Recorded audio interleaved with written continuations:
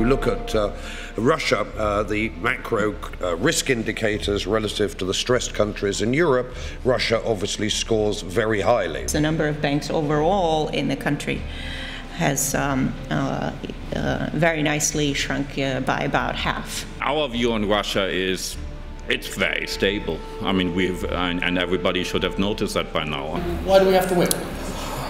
You know, we had a huge debate in Russia about what is the speed to open this barrier to trade. Подчеркиваю, это не требуется, большинство из этих моментов не требуется по российскому законодательству.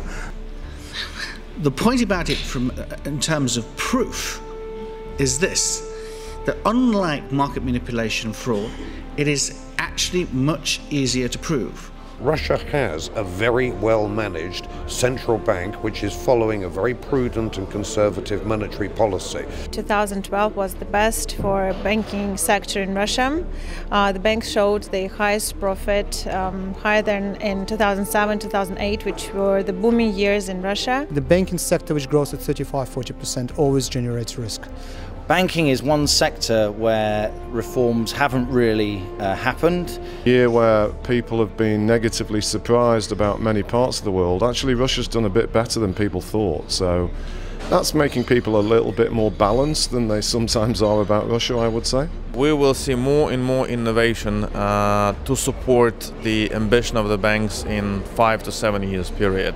Those banks who are thinking about efficiency and started to implement some measures, they will be more competitive in the future. I think generally there's a bit of a stereotype of what's happening in the finance sector in Russia.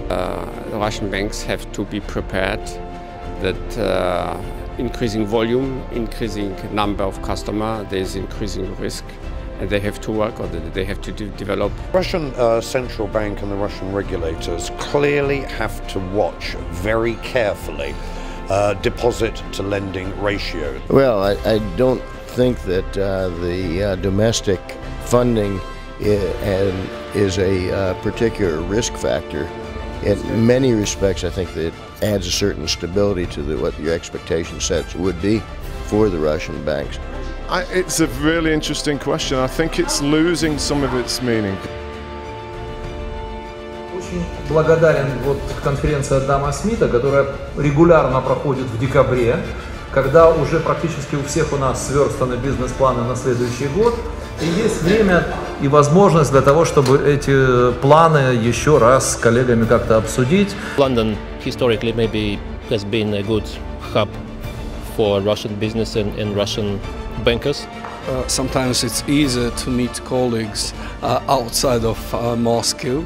The majority of the investment community generally here in London, I think it's the right place to discuss this point.